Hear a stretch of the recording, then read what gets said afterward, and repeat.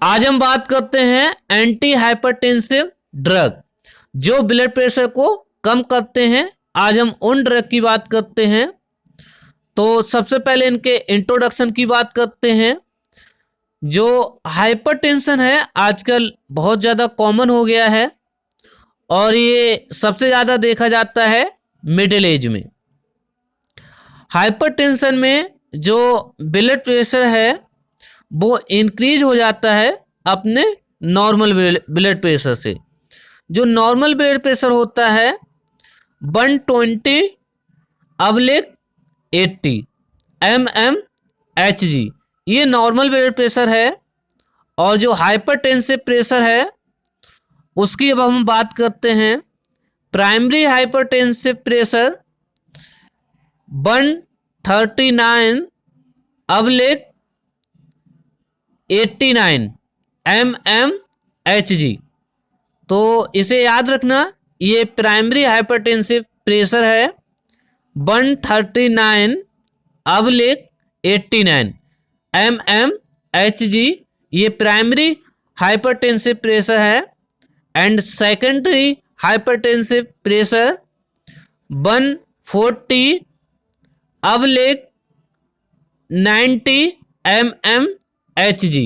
याद रखना, secondary hypertensive pressure 140 अबलिक 90 mmHg,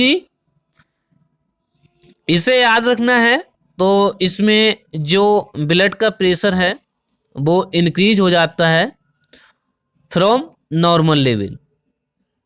जैसे कि आप इसमें देख सकते हैं, अगर ब्लड का प्रेशर इंक्रीज होता है तो जो ब्लड वेसल्स होती हैं उन पे प्रेशर जनरेट होता है। जैसे कि इस डायग्राम में दिखाया गया है, प्रेशर जनरेट हो रहा है, blood pressure with in artery, आप देख सकते हैं।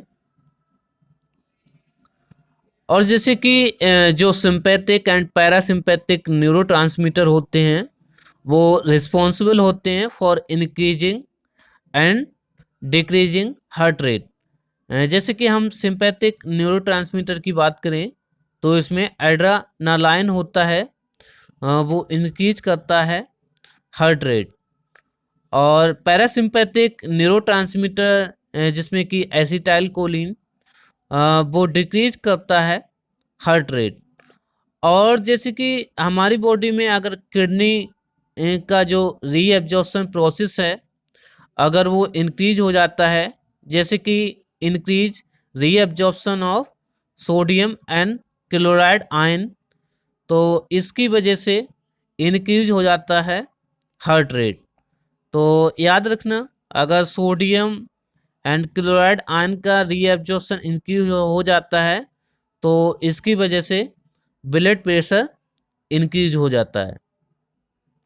और एथेरोस्क्लेरोसिस भी एक इसका रीजन है जिसकी वजह से ब्लड प्रेशर इंक्रीज हो जाता है। और लाइफ स्टाइल मॉडिफिकेशन,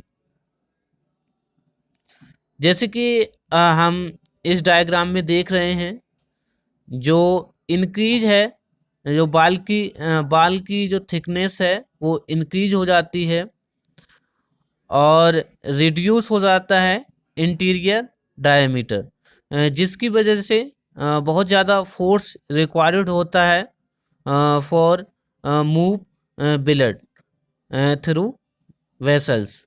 तो याद रखना, जो ब्लड का जो फ्लो हो रहा है बहुत ज़्यादा फोर्सफुली हो रहा है अगर इसकी थिकनेस इंक्रीज हो जाती है तब।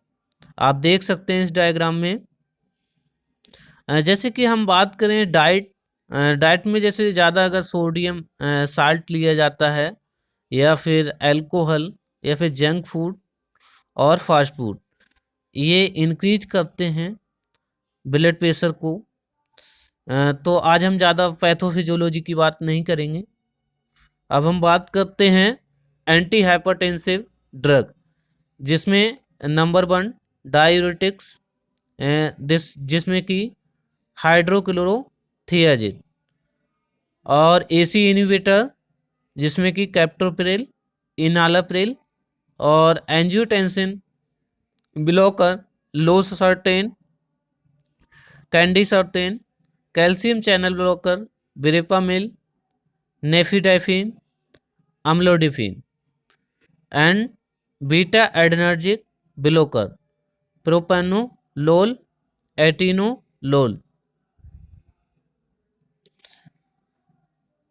Alpha adrenergic blocker, prazosin, terazosin. अब हम बात करते हैं मैकेनिज्म ऑफ एक्शन डाययूरेटिक्स। तो इसमें हाइड्रोक्लोरोथियाजिड या थियाजिड कैटेगरी के ड्रग की बात कर लेते हैं, इसके मैकेनिज्म ऑफ एक्शन की बात कर लेते हैं। ये इनिवेट करते हैं reabsorption of sodium and chloride ion in digital convoluted tubules. याद रखना है, इनिवेट करते हैं reabsorption of sodium and chloride ion in digital convoluted tubules and decrease करते हैं sodium and chloride ion concentration in vascular smooth muscles. याद रखना, and decrease करते हैं sodium and chloride ion concentration in vascular smooth muscles. अब हम बात करते हैं एंजियोटेंसिन कन्वर्टिंग एंजाइम। ये जो एंजियोटेंसिन कन्वर्टिंग एंजाइम ये रिस्पॉन्सिबल होता है फॉर इंक्रीजिंग प्रेशर। तो इसमें याद रखना है, जो एंजियोटेंसिन कन्वर्टिंग एंजाइम है वो इन्वॉल्व होता है angiotensin first convert to angiotensin second. तो एंजियोटेंसिन जो फर्स्ट है उसे जो हमारे ड्रग हैं कैप्टोप्रिल, इनालाप्रिल, उसे एंजियोटेंसिन सेकंड में कन्वर्ट होने से रोकते हैं या इनिवेट कर देते हैं उसका कन्वर्जन। अगर एंजियोटेंसिन कन्वर्ट हो जाता है एंजियोटेंसिन सेकंड, तो ये इंक्रीज करता है ब्लड प्रेशर को और वेसो कंस्ट्रिक्शन कर देता है। तो इस हमारे जो ड्रग हैं उनका एक गोल रहेगा, वो इनिवेट करते हैं conversion of angiotensin 1 into angiotensin 2। तो एंजियोटेंसिन 1 को रोकते हैं कन्वर्ट होने के लिए ये एंजियोटेंसिन सेकंड। तो याद रखना, ये इनिवेट करते हैं conversion of angiotensin.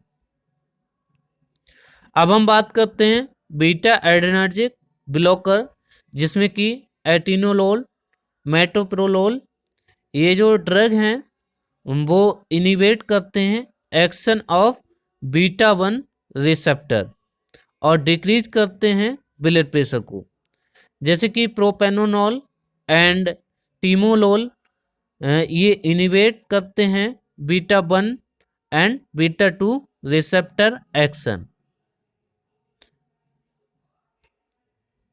Alpha blocker, जिसमें पिराजोसिन, ट्राजोसिन, ये अल्फा ब्लॉकर हैं जो इनिवेट करते हैं अल्फा 1 रिसेप्टर को इनिवेट करेंगे, इसकी एक्शन को इनिवेट करते हैं और कॉज करते हैं वेसोडाइलेशन और डिक्रीज होता है ब्लड प्रेशर। अब हम बात करते हैं कैल्शियम चैनल ब्लॉकर, जिसमें विरेपामिल जो ड्रग है कैल्शियम चैनल ब्लॉकर है, या फिर अम्लोडिफिन को भी ले सकते हैं। ये इनिवेट करते हैं कैल्शियम आयन के ट्रांसपोर्ट को, मतलब कि ओपनिंग को और क्लोजिंग को स्टॉप कर देते हैं। तो इनका जो एक्शन है, जो मेन एक्शन है, जो कैल्शियम चैनल ब्लॉकर इनिवेट करते हैं L type calcium ion channel and dilate करते हैं देयर रिकवरी। तो याद रखना, कैल्शियम चैनल ब्लॉकर ब्लॉक करते हैं L type calcium ion channel and delayed their recovery। तो आपको इतना ही याद रखना है, बहुत ज़्यादा इम्पोर्टेंट है। कैल्शियम चैनल ब्लॉक करेंगे L type calcium ion channel को और डिलीट करेंगे देयर रिकवरी, और जिसकी वजह से क्या होगा, जो ब्लड प्रेशर है वो डिक्रीज हो जाएगा। इसे याद रखना है।